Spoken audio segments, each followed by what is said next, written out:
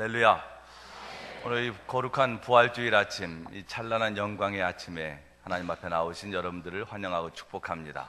하나님께 주시는 부활의 주님이 주시는 놀라운 기쁨과 또 승리의 감격이 날마다 있게 되시기를 바라고, 또 우리에게 영원한 생명을 주신 이 하나님의 은혜와 또 그 사랑을 기억하며 늘 감격 속에 사시는 우리 교우들 되시기 바랍니다.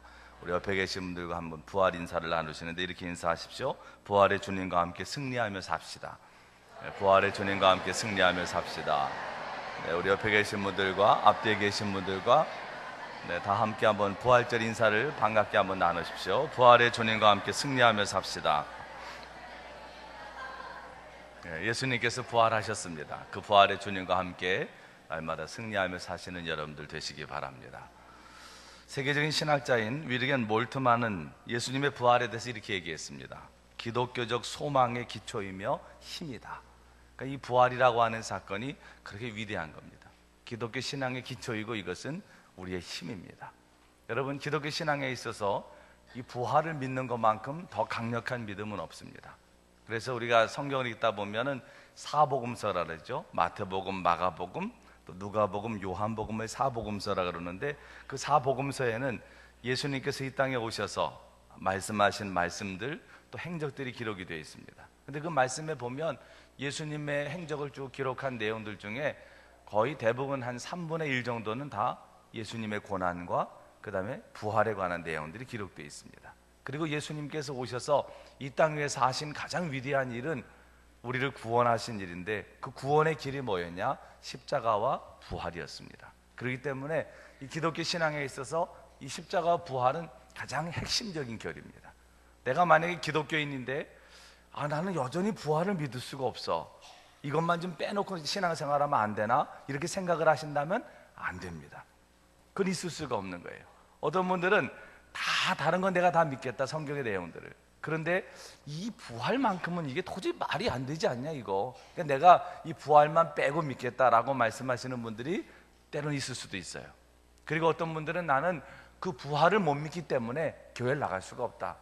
교회가 좋긴 한데 내가 부활 그걸 믿지 못하기 때문에 교회 못 나가겠다라고 말하는 사람도 있을 수 있습니다. 여러분, 그런데 부활을 믿지 못하면 우리의 이 믿음의 근거가 없어집니다.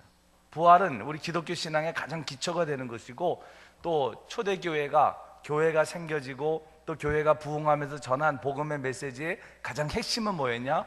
예수님의 십자가와 부활이었습니다. 그렇기 때문에 부활 신앙을 믿는 것은 우리 기독교의 가장 핵심적인 진리라고 말할 수 있습니다. 왜 사람들이 이 부활을 믿지 못할까요? 이해할 수 없는 일이기 때문입니다. 경험해보지 않은 사건이기 때문입니다. 왜냐하면 사람들은 대부분 사람들의 삶이 죽음으로 끝난다고 생각합니다. 그렇게 보이기 때문입니다. 죽음으로 모든 것이 끝나는 것처럼 보입니다. 그래서 사실 사람들은 죽음이 끝이라고 생각하다 보니까 죽음을 두려워하는 마음이 누구에게나 있습니다. 여러분도 죽는 것이 두려우시죠? 죽는 것을 두려워하지 않는 사람은 진짜 무서운 사람이에요. 이거는 죽기 살기로 덤비는 사람들은 도망가야 되는 이유가 거기 있습니다. 왜냐하면 죽음을 각오한 사람을 당할 사람은 없어요. 근데 사람이 죽음 때문에 사실은 두려움도 생기게 되고, 죽음 때문에 염려도 생기게 되고, 죽음 때문에 근심도 하게 되는 거죠. 우리의 마음에 있는 두려움과 근심과 걱정과 염려의 가장 근간에는 죽음이 있습니다. 사람은 이걸 넘어설 수 없다는 거예요. 이걸 넘어서지 못하기 때문에 우리 인생은 늘 유한한 겁니다. 그런데 오늘 예수님께서는 그 죽음을 넘어서셨다는 거죠. 죽음을 이기시고 부활하시고 승리하셔서 부활의 첫 열매가 되셨고, 부활의 첫 열매가 되셨다고 하는 것은 오늘 여전히 우리들에게도 그 부활은 유효하다고 하는 거예요. 첫 열매가 되셨다고 하는 것은 그 다음에 두 번째, 세 번째, 네 번째 계속 부활의 열매가 맺혀지게 될 것이다 라고 하는 말씀입니다. 자, 예수님의 부활이 왜 그렇게 중요한가? 이것은 기독교 진리의 핵심이기도 하지만 더불어서 이 부활의 주님을 만난 사람들의 삶을 보면 그렇게 변할 것 같지 않던 사람들이 부활의 주님을 만나면 다 삶이 변화된 것을 보게 됩니다. 예수님의 제자들 한번 생각해 보세요. 얼마나 비겁합니까? 얼마나 겁쟁이였습니까? 어쩌면 우리들이 그 당시 예수님의 제자들이었다면 우리 중에도 그럴 수 있는 사람들이 많았을 겁니다. 끝까지 십자가를 따라갈 수 있는 용기와 죽음을 불사하는 그런 각오를 우리가 어떻게 쉽게 할 수 있겠습니까? 그거는 쉬운 일은 아니에요. 그래서 우리가 제자들을 어떻게 제자들이 저럴 수가 있냐 라고 제자들에게 뭔가 책망하기에는 우리도 거기서 자유롭지 못합니다. 그런데 그랬던 제자들, 그렇게 비겁했던 제자들, 또 도망갔던 제자들, 그런데 그런 제자들이 부활의 주님을 만나고 난 다음엔 이들의 삶이 바뀌었다는 거예요. 놀랍도록 바뀌었습니다. 그들의 삶이 완전히 이제는 부활을 증거하는 증인으로 바뀌었다는 거예요. 부활의 주님을 만나니까 부활에 대한 확신 있는 믿음이 그들에게 생겼고, 그것으로 인해서 그들은 이제 부활의 주님을 믿고 안 믿고 차원을 넘어서서 이제는 그거를 증거하는 사람들이 됐다는 거죠. 자신들의 목숨까지도 걸고 그 복음을 전하는 하나님의 복음의 증인들이 됐다고 하는 사실은 이 부활이라고 하는 것이 얼마나 강력한 사건인가라고 하는 것을 우리에게 일러줍니다. 그런데 우리가 성경을 읽다 보면은요, 이 부활이 가장 먼저 알려진 게 누구에게 알려졌습니까? 여자들에게 알려졌어요. 여자들, 여인들에게. 왜 여러분 여인들에게 가장 먼저 알려졌을까요? 네? 입이 싸죠. 그건 이제 조크고, 네. 그거 조크를 기억하시는구나. 네. 그것도 일리는 있어요. 조크지만 일리는 있습니다. 왜냐하면 여자들이 워낙 죄송합니다. 이렇게 전파를 잘 하시니까, 전파를 잘 하시니까 이제 여자들에게 알렸다. 이제 이거는 기독교의 조크입니다. 제가 전에 한번 부활절 설교하면서 그 말씀 한번 드린 적이 있는데, 이건 조크예요, 조크. 성경적인 사실은 아니지만 일리는 있습니다. 남자들은 아무래도 좀 과묵한 편이잖아요. 다 그런 건 아닙니다. 그런데 어쨌든 대부분 여자들이 좀 이렇게 전파를 잘 하시잖아요. 어떤 일이 있으면 이렇다 막 이걸 즐기시는 분들이 또 있잖아요. 그러니까 대부분 여자들의 성향이 그런 것도 있습니다. 이거는 조크고, 우리가 성경을 통해서 당시의 시대적인 상황을 통해서 봤을 때는 한 두 가지 정도 이유를 생각할 수 있어요. 한 가지 이유는 뭐였냐면 이 여인들의 열심입니다. 열심. 이 여자들은 너무 예수님을 사랑했어요. 그래가지고 안식일이 끝난 걸 기다렸다가 아마 그날 밤 잠도 안 잤을 겁니다. 안식일이 끝나는 것을 기다려요. 유대인의 안식일은 금요일 밤부터 토요일 밤까지입니다. 그 안식일이 끝나는 것을 기다렸다가 새벽 미명에 예수님의 시체라도 보려고, 예수님의 몸에 향유라도 바르려고 무덤으로 달려왔던 여인들이었습니다. 그만큼 예수님을 향한 그런 사랑과 열심이 특별했던 사람들입니다. 그렇기 때문에 예수님께서는 그 특별히 예수님을 사랑하는 사람들에게 부활하신 이후에 그들에게 가장 먼저 보이셨다. 일리가 있죠? 또 두 번째 이유가 있습니다. 이게 이제 중요한 거예요. 사실은 두 번째 이유는 뭐냐면, 당시 여자들은 어떤 존재였습니까?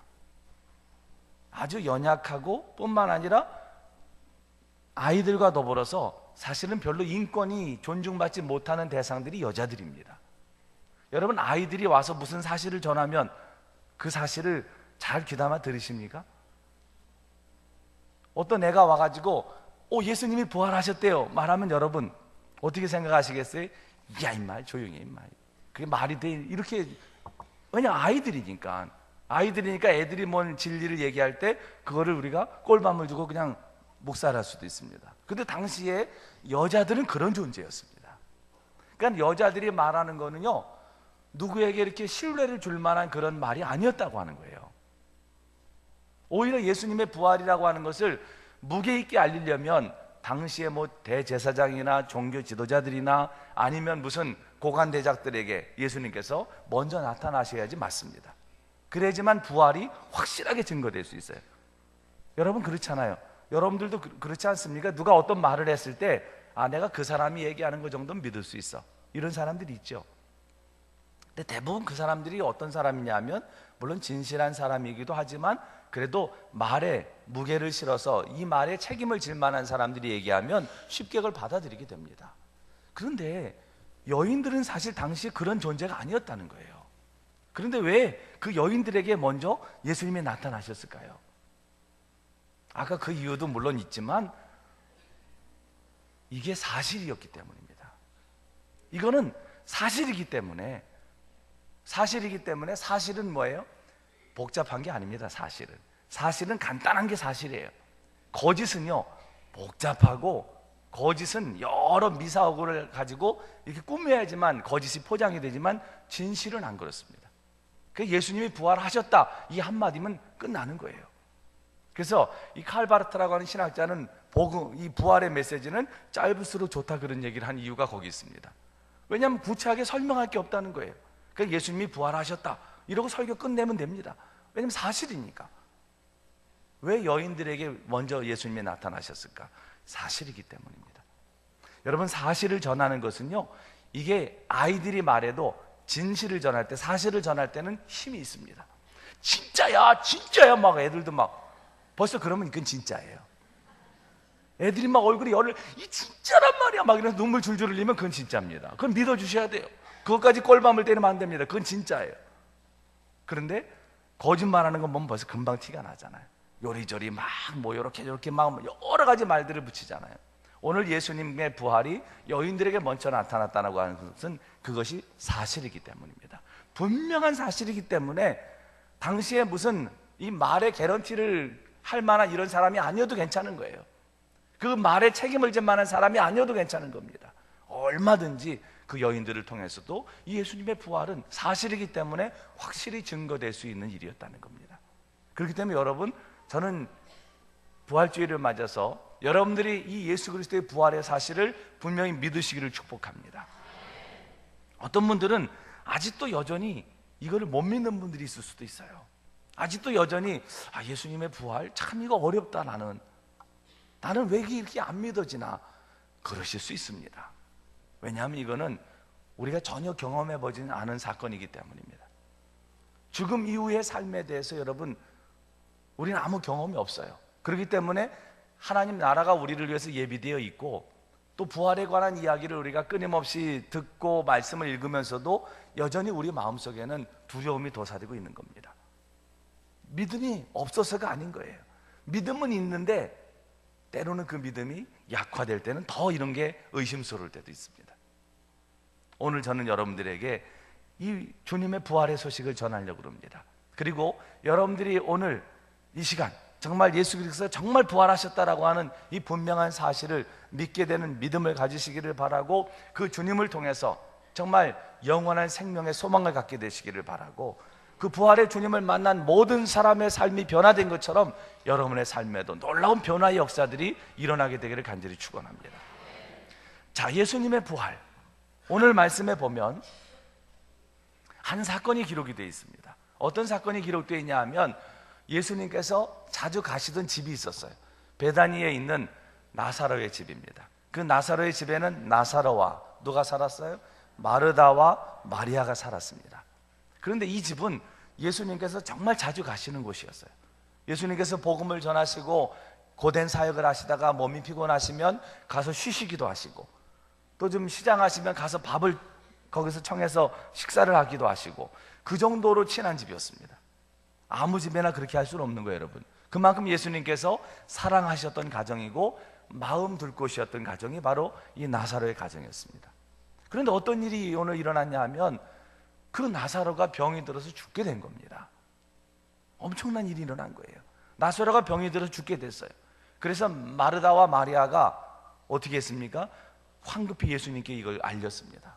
예수님, 우리 오라버니가 죽게 됐습니다.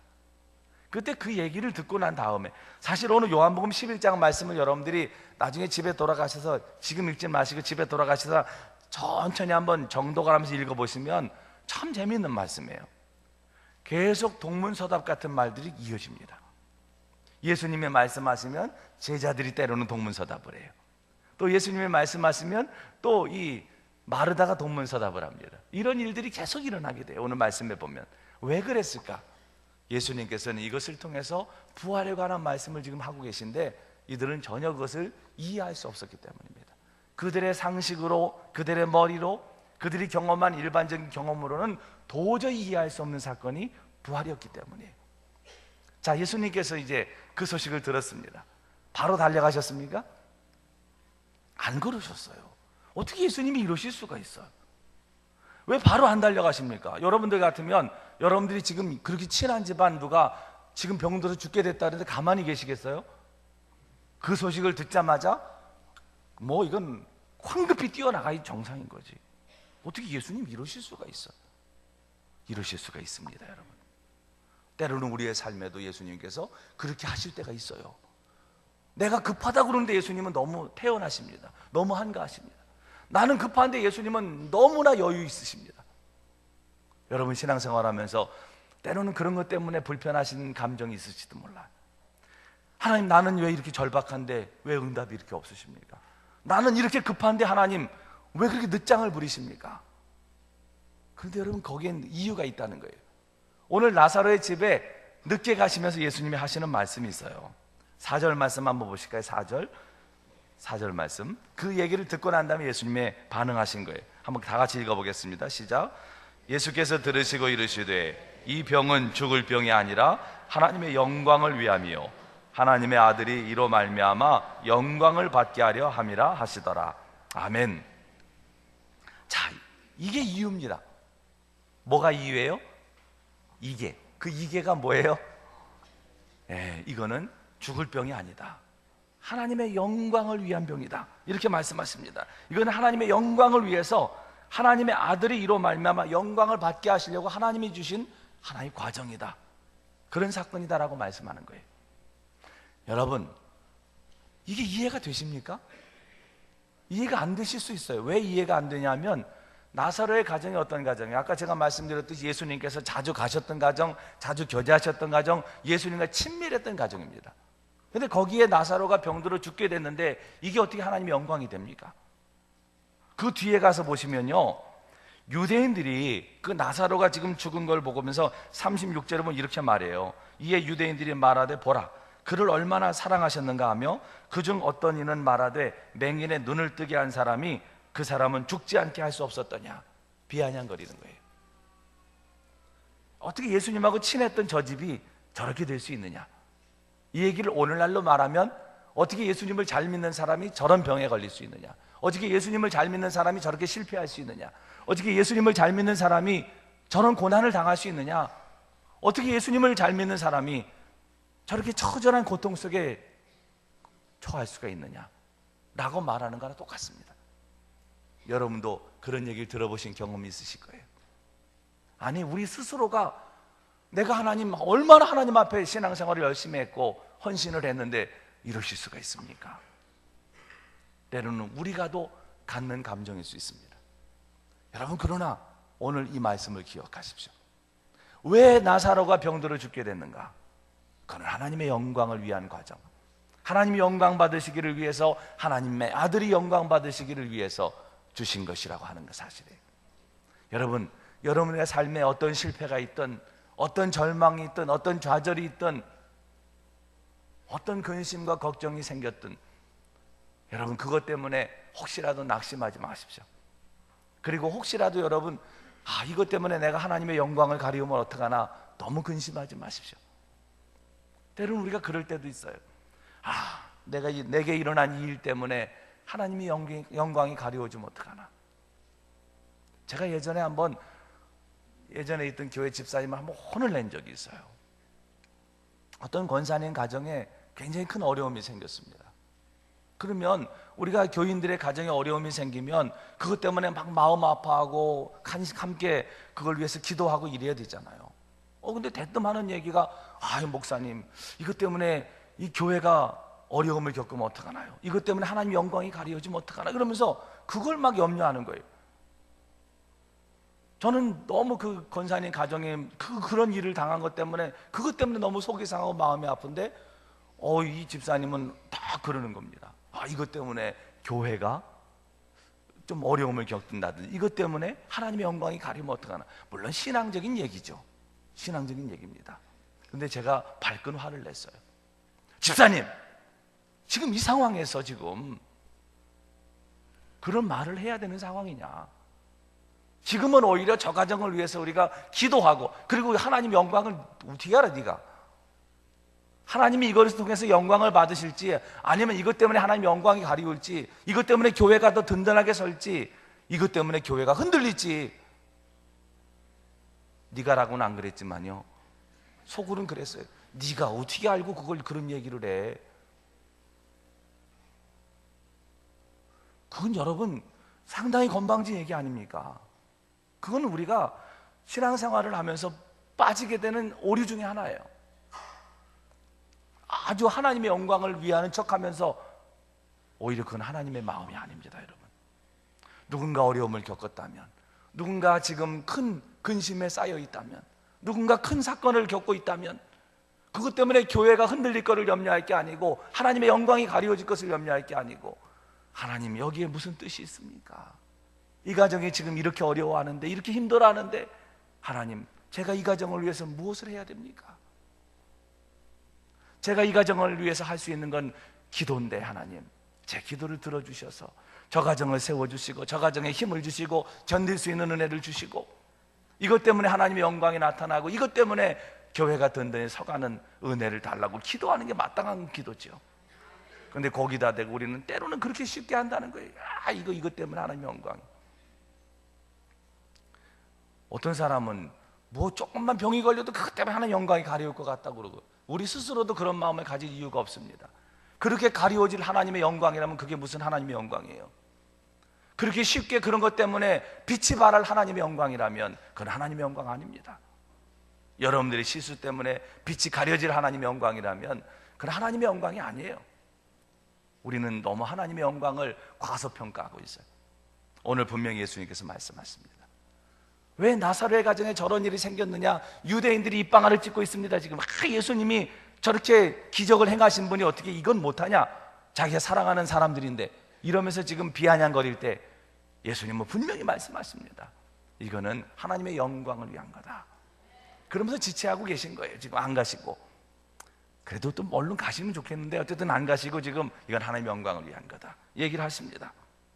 자, 그리고 거기 6절에 보면 나사로가 병들었다함을 들으시고 그 계시던 곳에 이틀을 더 유하셨대요. 야, 예수님의 마음도 얼마나 힘드셨을까?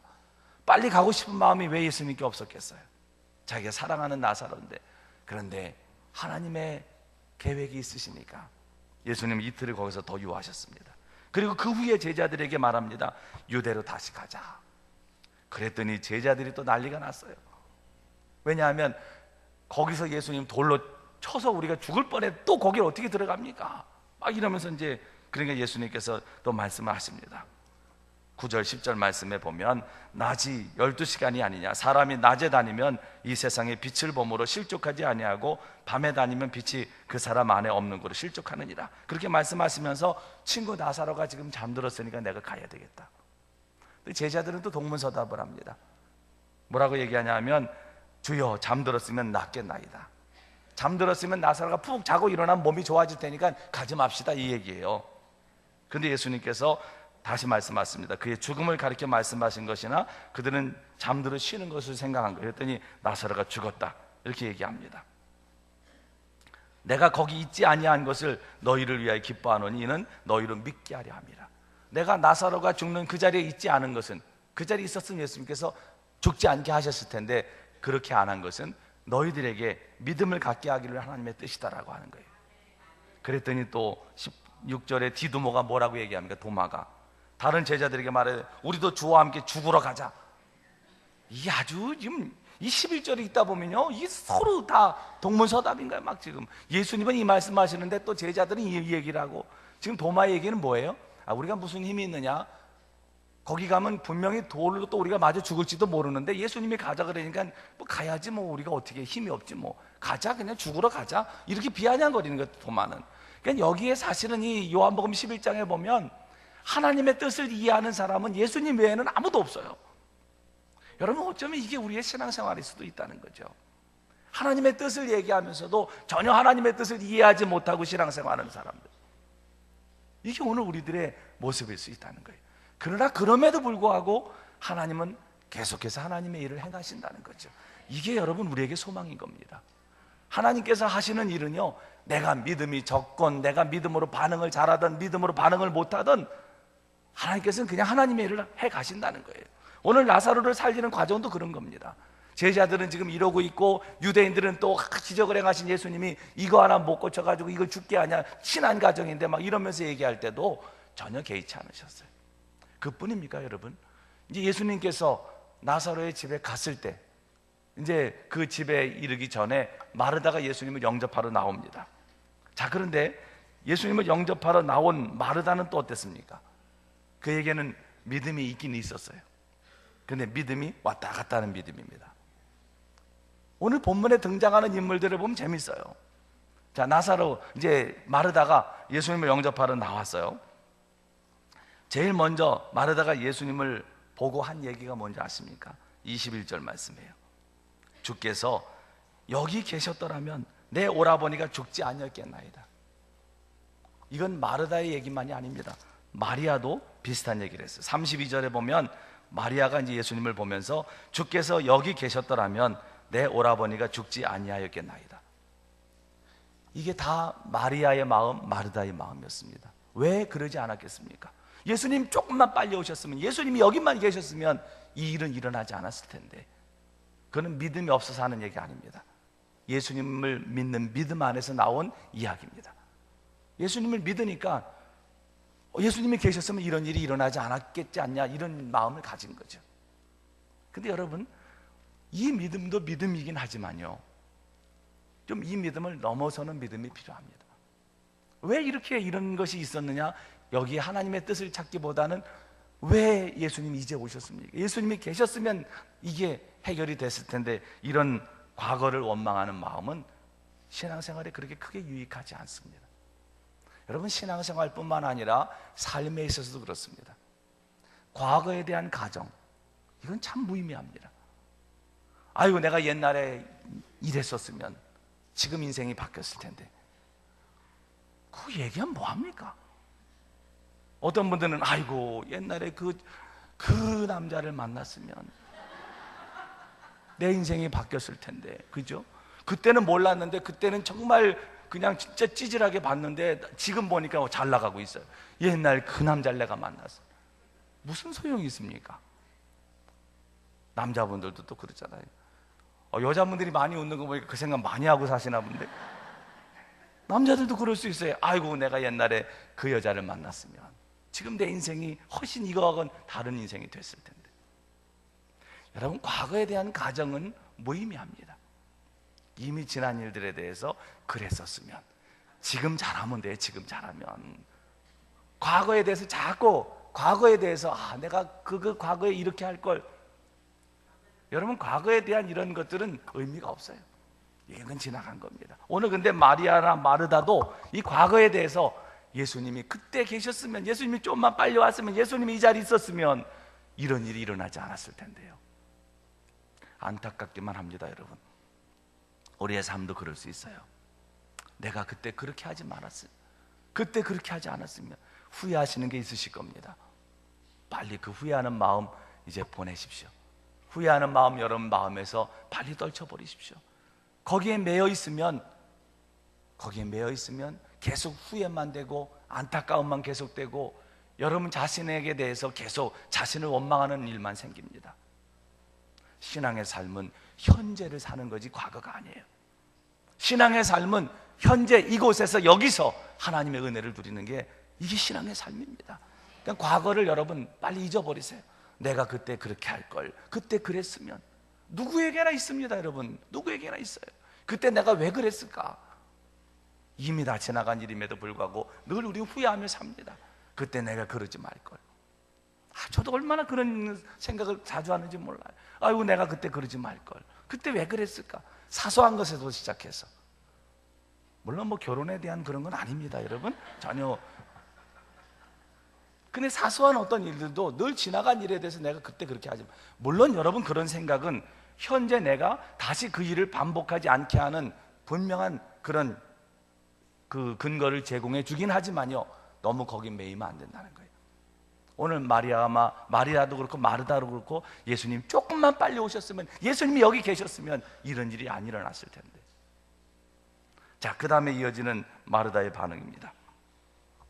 22절을 보면요, 또 살짝 또 바뀝니다. 뭐라고 바뀌어요? 그러나 나는 이제라도 주께서 무엇이든지 하나님께 구하시는 것을 하나님이 주실 줄 아나이다. 이제는 좀 정상적인 믿음으로 조금 딱 돌아왔어요. 그러나, 이게 중요해요. 그러나 나는 이제라도 주께서 무엇이든지 하나님께서 구하시는 것을 주실 줄 아나이다. 여기서 딱 이 믿음만 가졌으면 된 거죠, 사실은. 왜냐하면 예수님께서 살리실 거니까. 그런데 여러분, 사람의 믿음이라고 하는 게요, 이게 계속 왔다 갔다 합니다. 그 다음에 또 23절에 예수님께서 말씀하십니다. 뭐라고 말씀하시냐면 내 오라비가 다시 살아나리라. 이랬으면 현재적으로 지금 일어나는 일이잖아요. 그걸 믿으면 되는데, 마르다는 또 뭐라고 얘기합니까? 24절에 마르다가 이르되 마지막 날 부활 때에는 다시 살아날 줄을 내가 아나이다.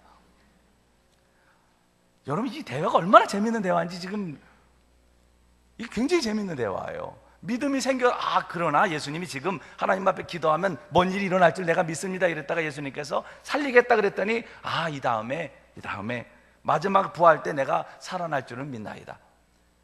이 마르다의 믿음이 왔다 갔다 합니다. 왔다 갔다. 지금 예수님께서 살리시겠다는데 마리아는 또 미래를, 과거로 갔다가 현재로 왔다가 다시 또 자기 혼자 미래로 갔다가 지금 왔다 갔다 하는 반복되는 이런 이 동선을 한번 여러분 유심히 보세요. 여러분, 오늘 우리의 믿음도 비슷하다는 거예요. 어떤 데는 믿음으로 반응했다가, 어떤 데는 믿음이 식어졌다가, 어떤 데는 과거로 가서 후회했다가 또 현재로 와서 또 하나님의 은혜를 구했다가 갑자기 또 미래로 가고, 이게 여러분 계속 혼란스럽게 왔다 갔다 하는 것이 우리의 믿음의 현주소라고 하는 겁니다. 그런데 그럼에도 불구하고 하나님은 하나님의 일을 온전히 행하신다는 거예요. 우리가 아무리 흔들려도 하나님께서는 그대로 하나님의 일을 하신다는 겁니다. 여기에 우리의 소망이 있는 거예요. 여러분이 흔들거려도, 여러분의 믿음이 조금씩 약화돼도 하나님은 하나님의 뜻을 계속 이루어 가십니다. 오늘 그런 이 마르다의 반응에 예수님 뭐라고 말씀하십니까? 나는 부활이요 생명이니 나를 믿는 자는 죽어도 살겠고 무릇 살아서 나를 믿는 자는 영원히 죽지 아니하리니 이것을 내가 믿느냐. 그 말을 했더니 이제 그때서 또 마르다가 아주 중요한 고백을 합니다. 주여 그러하외다. 주는 그리스도시요 세상에 오시는 하나님의 아들이신 줄 내가 믿나이다. 베드로가 주는 그리스도시요 살아계신 하나님의 아들이라고 하는 고백만큼이나 이 고백은 위대한 신앙의 고백입니다. 그런데 여러분, 오늘 우리가 믿음이 좋다고 하는 것은요, 이런 위대한 고백을 했어도 또 믿음이 약화될 수도 있어요. 베드로가 그 고백을 하고 난 다음에 예수님께서 순환을 얘기하니까 막았었잖아요. 절대로 그런 일이 있으면 안 된다. 갑자기 사탄이 되잖아요. 여러분, 믿음이 좋다고 하는 거 너무 과신하지 마십시오. 난 믿음이 좋은 사람. 우리는 흔히들 신앙생활을 하면서 할렐루야 아줌마에 대한 동경이 있습니다. 할렐루야 할렐루야 하면서 사는 사람들. 나는 왜 저렇게 할렐루야 아줌마가 되지 못할까? 나는 왜 저렇게 철저한 믿음의 사람이 되지 못할까? 여러분, 할렐루야 아줌마가 어디 있습니까? 끝까지 믿음의 변함이 없으려면요, 그렇게 요란 떤다고 변함이 없는 게 아니에요. 제가 아는 사람들도 한때 할렐루야 아줌마였다가 지금은 완전히 타락천사가 된 사람들도 많아요. 혼자 믿음 생활 잘하는 것처럼 그냥 매일 할렐루야 이러고 다니다가 어느 날 갑자기 교회에서 사라졌어요. 수없이 많이 봤습니다. 너무 여러분, 할렐루야 아줌마에 대한 환상을 갖지 마십시오. 믿음의 삶은요, 때로는 흔들릴 수도 있습니다. 때로는 믿음이 약화될 수도 있습니다. 그러나 하나님께서는 여전히 우리의 삶을 지금도 인도하고 계시다고 하는 사실이에요. 오늘 마르다도 마리아도 오늘 성경에 등장하는 이 예수님의 제자들도 다 마찬가지입니다. 부활에 대한 이해를 할 수 없었던 이들은 계속 흔들렸습니다. 이 말이 뭔지, 이 예수님의 말씀하시는 게 뭔지 아리송했어요. 아리까리했습니다. 그런데 나중에는 어떻게 됐습니까? 예수님께서는 나사로를 살리십니다. 무덤으로 가자. 무덤으로 가셔서 나사로를 부르십니다. 하나님 앞에 기도하시고 난 다음에 나사로야 나오라 말씀하니까 나사로가 걸어 나오잖아요. 베옷을 동인 채로. 이건 아주 기적이지만 엄청나게 무시무시한 기적입니다. 당시에 사람들의 표정을 한번 생각해 보세요. 여러분들이 그 자리에 있었다고 생각해 보세요. 베옷을 동인 사람이 콩콩거리고 나오는 그 순간을 생각해 보세요. 놀라기도 했지만 얼마나 무서웠겠습니까? 그런데 결국은 그 일이 일어났다는 거예요. 어떻게 그 일이 일어났습니까? 무슨 마리아의 믿음? 마르다의 믿음? 아닙니다, 여러분. 오늘 철저하게 이 사건은 하나님의 영광을 나타내기를 위한 하나님의 뜻이 이 속에 있었고, 또 그것을 안 예수님께서 하나님의 뜻을 구해서 일으킨 그런 부활의 사건이고, 이것은 나중에 예수님의 부활을 예표하는 사건입니다. 결국은 이런 일이 일어나게 될 것이다. 부활을 믿을 수 없는 사람들에게 확실한 이거는 증거가 된 거예요. 예증이 된 겁니다. 사랑하는 여러분, 오늘 우리는 부활주의를 맞았습니다. 부활의 주님과 함께 동행하는 삶은 어떤 삶입니까? 늘 내 삶에 어떤 일이 일어났건 이것을 통해서 하나님께서 영광을 받을 거라는 믿음을 가지고 내 삶을 하나님 앞에 온전히 맡기는 삶이 부활의 주님과 동행하는 삶입니다. 오늘 여러분들 예수님이 부활하시고 또 여러분들에게 생명을 주신 것을 믿으십니까? 이 확실한 믿음을 가지고 여러분들이 해야 될 일은 그 부활의 주님을 만나는 일입니다. 아까도 말씀드렸지만 신앙의 삶은 현재 이곳에서 지금 일어나는 사건이에요. 옛날의 부활이 아닙니다. 지금 이곳에서 우리가 살고 있는 이 현재 2013년 오늘이 며칠이에요? 3월 31일 날짜도 모르고 사시는구나. 3월 31일 이 날에 오늘 이 시간 우리에게 주시는 하나님의 은혜라는 거죠. 신앙은 그런 겁니다. 과거가 아닙니다. 부활의 사건도 과거가 아닙니다. 오늘 이 시간 지금 여기에서 우리가 경험해야 될 하나님의 은혜고 또 그것을 경험한 사람들은 삶이 바뀝니다. 낙심하셨습니까? 절망하셨습니까? 삶에 어려움이 있습니까? 실패하셨습니까? 그것이 어떤 것이라든 상관없습니다. 혹시라도 그것이 사람들에게 손가락질을 받을 만한 일이라도 상관없습니다. 그것이 혹시라도 하나님의 영광을 가릴 것 같은 확실한 염려가 되는 일이라도 상관없습니다. 오늘 예수님은 여러분들에게 말씀하십니다. 그것은 하나님의 영광을 가리우는 일이 아니고 하나님의 영광을 드러내는 일이 될 것이라고. 그렇기 때문에 하나님 앞에 모든 것을 맡기시고 이 부활의 주님과 동행하면서 날마다 승리의 기쁨을 누리시기를 바랍니다. 부활의 주님을 만나면 두려움이 물러가고 수치감과 패배감과 열등감에서 해방되고 좌절과 절망이 사라집니다. 이 부활의 주님과 함께하는 이 거룩한 삶, 위대한 삶을 우리 사랑하는 교우들이 날마다 살아가시게 되기를 우리 주님의 이름으로 간절히 축원합니다. 기도하시겠습니다. 전능하신 하나님, 우리가 부활의 주님을 만나기를 원합니다. 우리는 분명히 예수님의 부활을 믿습니다. 그리고 부활의 주님을 만난 모든 사람들의 삶이 변화된 것을 압니다. 오늘 이 시대를 사는 우리들, 지금 여기에서 우리의 삶에 때로는 좌절과 절망과 고통과 또 근심과 염려와 두려움들이 있습니다. 마음의 아픔과 상처들이 있습니다. 관계의 깨어짐, 가정의 깨어짐, 여러 가지로 인해서 고통받습니다. 또 질병으로 인한 그런 두려움도 있습니다. 그러나 하나님, 이것이 하나님의 영광을 가리우는 일이 아니고 오늘 나사로를 살리셔서 하나님의 영광을 드러내셨던 것처럼 하나님의 영광이 나타날 일인 것을 저희들이 분명히 믿습니다. 부활의 주님께서 우리의 삶에 오셔서 우리의 삶에 정말 우리가 한숨 짓는 모든 일들이 하나님의 영광의 찬송이 되도록 바꿔 주시옵시고 우리가 절망하고 좌절한 모든 문제들이 다 부활의 주님께서 오셔서 그것을 바꿔주셔서 정말 기쁨과 감사의 제목들이 되도록 은혜를 더하여 주시옵소서. 우리 교우들에게 늘 새 힘 주시고 또 우리에게 생명의 소망 주신 주님과 동행하는 삶을 통한 삶의 기쁨과 감격이 넘쳐나게 하여 주시옵소서. 예수님의 이름으로 간절히 기도하옵나이다. 아멘.